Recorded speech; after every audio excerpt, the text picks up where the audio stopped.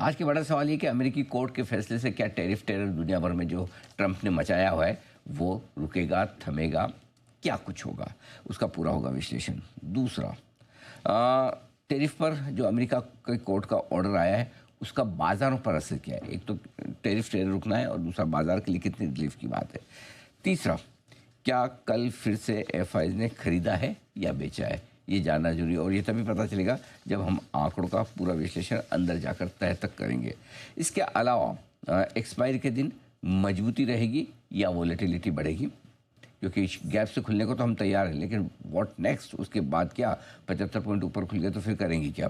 और mid cap small cap शेयरों में कल भी आउट परफॉर्मेंस दिखी, क्या ये मजबूती, ये तेजी आगे और बरकरार रहेगी क्या, ये बड़ा सवाल है। ऑलराइट, लेकिन सर अभी जो सुबह सुबह हमारे लिए खबर आई और रात को अमेरिकी बाजारों के लिए, ये जो अमेरिका के कोर्ट ने किया है और बताया जा रहा है कि ट्रंप को तगड़ा झटका लगा, उनके एडमिनिस्ट्रेशन को तगड़ा झटका लगा, ये क्या है सर, ये बताएं। देखिए, कल अमेरिका की एक कोर्ट ने बड़ा फैसला दिया और उसने फैसला ये दिया कि डोनाल्ड ट्रंप के प्रस्तावित जवाबी टैरिफ जो है उसे रोका जाए। ये उनकी तरफ से फैसला है और कई सारे मामले कोर्ट में थे और कोर्ट ने कहा कि प्रेसिडेंट ने अपने अधिकारों का उल्लंघन किया है, जो वो कर सकते थे उससे ज़्यादा उन्होंने डिसीजन लिए, उनके पास इतने पावर है नहीं और इसलिए उन्होंने ये इस पर रोक लगाने की बात की। अब इस रोक के अगेंस्ट में already Donald Trump higher court में चले गए और उन्होंने सुनवाई की अपील की है।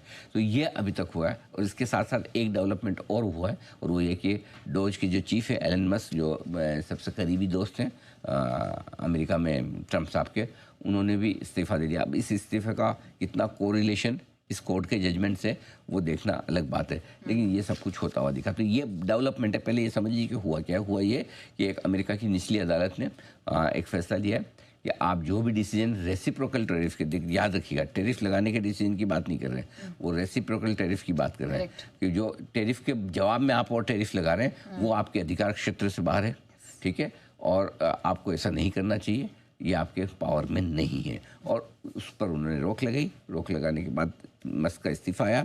इस्तीफ़ा आने के बाद अब देख रहे हैं कि उन्होंने अपील किया है, क्या कुछ होता है।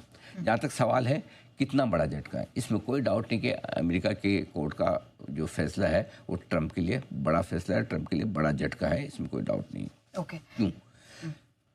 ट्रंप पड़ेंगे कमज़ोर, इसमें कोई डाउट नहीं है। ट्रंप कमज़ोर पड़ेंगे, ये बात पक्की है कि ट्रंप कमज़ोर पड़ेंगे। अब लेकिन ये लोअर कोर्ट का फैसला है। जैसे आप ये समझिए आपके डिस्ट्रिक्ट लेवल की कोर्ट है, उसके बाद आप हाई कोर्ट जाते हैं, उसके बाद सुप्रीम कोर्ट जाते हैं, तो लंबी कानूनी लड़ाई चलती है। yes. इसलिए हम जब जनरली डिस्ट्रिक्ट कोर्ट का जब भी फैसला आता है तो वो डिस्ट्रिक्ट कोर्ट हमेशा फैसले फैक्ट पे करती है और सुप्रीम कोर्ट फैसला कानून के विश्लेषण पर करता है। वो मैटर ऑफ फैक्ट्स नहीं देखते। वो देखते हैं कि कानून को सही मायने में पालन किया गया। तो दोनों में के थॉट प्रोसेस में फ़र्क है, क्योंकि वहाँ पर जो जजेस होते हैं वो बहुत ज़्यादा एक्सपीरियंस और लर्नेड होते हैं, तो वो देखते हैं कि कानून क्या कहता है। तो अल्टीमेटली वो जो अमेरिका की सुप्रीम कोर्ट है वो डिसाइड करेगी कि ये राष्ट्रपति के पावर में है या नहीं। लेकिन तब तक ये फैसला आया है, छोटी कोर्ट का भी है, निचली कोर्ट का भी है, लेकिन झटका तो है, मामला लंबा भी चलेगा। मस्त साहब भी निकल गए उनके हाथ से, ठीक है। अब बड़ा सवाल है कि क्या इससे टैरिफ टेरर रुकेगा। तो इसमें कोई डाउट नहीं कि ट्रंप साहब बैकफुट पे तो हो जाते हैं, बराबर है। अगर इतना बड़ा मामला हो तो आप बैकफुट पे तो जाएंगे भाई। अल्टीमेटली फैसला किन चीज़ों पे है। अमेरिका के बहुत सारे कारोबारी हैं, छोटे मोटे कारोबारी, जिन्होंने अलग अलग कोर्ट में फैसले उन्होंने अपील की हुई इसके खिलाफ, ये हमारे बिजनेस पे असर पड़ रहा है, हमें समझ नहीं आ रहा पॉलिसीज़ क्या है क्या नहीं। सो इसका मतलब क्लियर है कि उनको थोड़ा झटका तो लगा। लेकिन ट्रंप क्या है, ट्रंप है अड़ियल। वो रुकेंगे भले ही झुकेंगे नहीं। ये मानना हड़बड़ी और जल्दबाजी होगा कि ट्रंप रुक जाए। ट्रंप को अल्टीमेटली ट्रंप भी जानते हैं कि जो मैं 25%, 50%, 150% टैरिफ लगा रहा हूँ वो चलने वाला नहीं है। Correct. लगाना तो उनको भी 10-15% ही है, इससे ज़्यादा लगाना नहीं है। वो तो सोचते हैं अगर 10% भी मैं सब पे लगा दूँ तो मैं जीत गया, राइट। लेकिन वो दबाव बनाने की जो स्ट्रेटेजी है, वो दबाव बनाने की स्ट्रेटेजी। अच्छा, एक और चीज़ ये भी कि वो जहाँ मौका दिखता है वो झुक भी जाते हैं, ऐसा नहीं कि नहीं झुकते हैं, लेकिन वापस जो उनका बेसिक नेचर अड़ियल वाला होना है वो वापस से फिर कुछ ना कुछ करेंगे। सो आई थिंक वो लड़ेंगे। तो इसलिए मेरा ये मानना है कि टैरिफ टेरर कम तो होगा, लेकिन टैरिफ टेरर खत्म हो जाएगा ये उम्मीद करना थोड़ी जल्दबाजी होगी। कमज़ोर ट्रंप अमेरिकी बाजारों के लिए अच्छा है, ये आप मान सकते हैं, लेकिन टैरिफ टेरर कम ही होगा, खत्म अभी तक पूरा नहीं होगा। ओके, तो सर अब जो ये कोर्ट ऑर्डर आया है, क्योंकि बहुत सारे देश है इंक्लूडिंग इंडिया जिनके डील्स चल रही हैं, डील्स पर बातचीत चल रही है, कभी भी ऐलान होने वाली स्टेज पर हैं, उसका क्या असर होगा? देखो, अमेरिका के लोग भी और अमेरिका के बाहर भी दुनिया भर के देश खुश होंगे इससे कि चलो एक रिलीफ मिली है। मतलब कोई तो है जो इनको भी कुछ कह सकता है, इनको रोक सकता है, नहीं तो अभी तक तो ये कि अनस्टॉपेबल है, मतलब उसकी जो मर्जी है। अच्छा, न उनकी मंत्रिमंडल के लोग कुछ कर सकते हैं, न उनकी पार्टी के लोग कुछ कर सकते हैं, न अमेरिका के लोग कुछ कर सकते हैं, तो इनको रोके कौन? ये तो भाई आदमी अपनी मर्जी है जो करता है पूरी दुनिया भर में, तो कम से कम कोई तो कोर्ट है जो एक बार स्टे ऑर्डर दे सकता है, करेक्ट? सो इस हिसाब से जो दुनिया भर के देश जो टैरिफ झेल रहे हैं और जो अमेरिका के बिजनेसमैन जिनको समझ नहीं आ रहा, ठीक है, उनके लिए तो ठीक है, मेरे ख्याल से वो तो खुश होंगे। अब रहा सवाल भारत का, तो हम भी टैरिफ पे डील तो कर ही रहे हैं, बातचीत तो चली रही है, तैयारी भी है, कभी भी हो जाए। सो देखेंगे, थोड़ा सा हो सकता है रुक जाए, स्लो कर ले प्रोसेस को, है ना।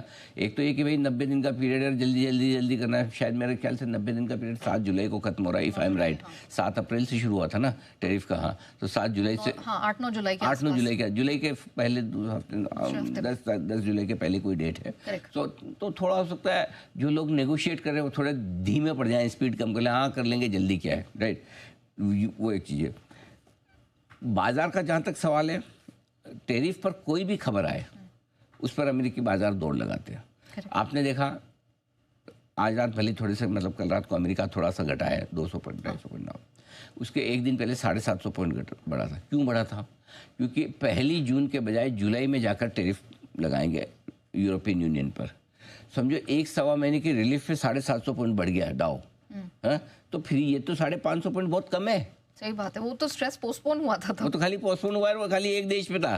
सो मेरे हिसाब से डाउ फ्यूचर का जो रिएक्शन है वो तो बहुत कम है, नहीं के बराबर है। अच्छा, इनफैक्ट 100-150-200 पॉइंट तो खाली एनवीडिया के रिजल्ट से बढ़ जाना चाहिए डाउ को। हाँ, करेक्ट, नो डाउट नेस्डेक ज़्यादा बढ़ेगा क्योंकि नेस्डेक पे हो तो 400 पॉइंट नेस्डेक ऊपर है। सो मेरा ये समझना, अगर अमेरिकी बाजारों को लगता है कि कोर्ट के फैसले पर रिलीफ है तो फिर आज 550 नहीं बढ़ेंगे अमेरिका, फिर तो बढ़ेंगे तो 4 डिजिट में बढ़ना चाहिए, 800,000 पॉइंट बढ़ना चाहिए।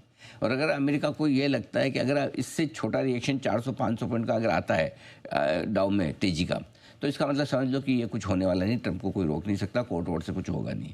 सो आई थिंक आज रात का अमेरिका का जो रिएक्शन है वो क्लैरिटी दे देगा आपको कि वाकई में इस कोर्ट के रेस्ट्रिक्शन पे कितना दम है, और या वाकई में मार्केट ये मानता है कि ट्रंप रुकेंगे। सो आई थिंक आज रात को आपको इसका जवाब मिलेगा। उससे पहले 400 पॉइंट ऊपर है नेस्डेक एनवीडिया के रिजल्ट के बाद, तो आज IT शेयरों के लिए दिन अच्छा हो सकता है। ओके, ठीक है सर, ये तो पूरा US कोर्ट ऑर्डर और किस तरह का रिएक्शन US मार्केट्स का। थोड़ा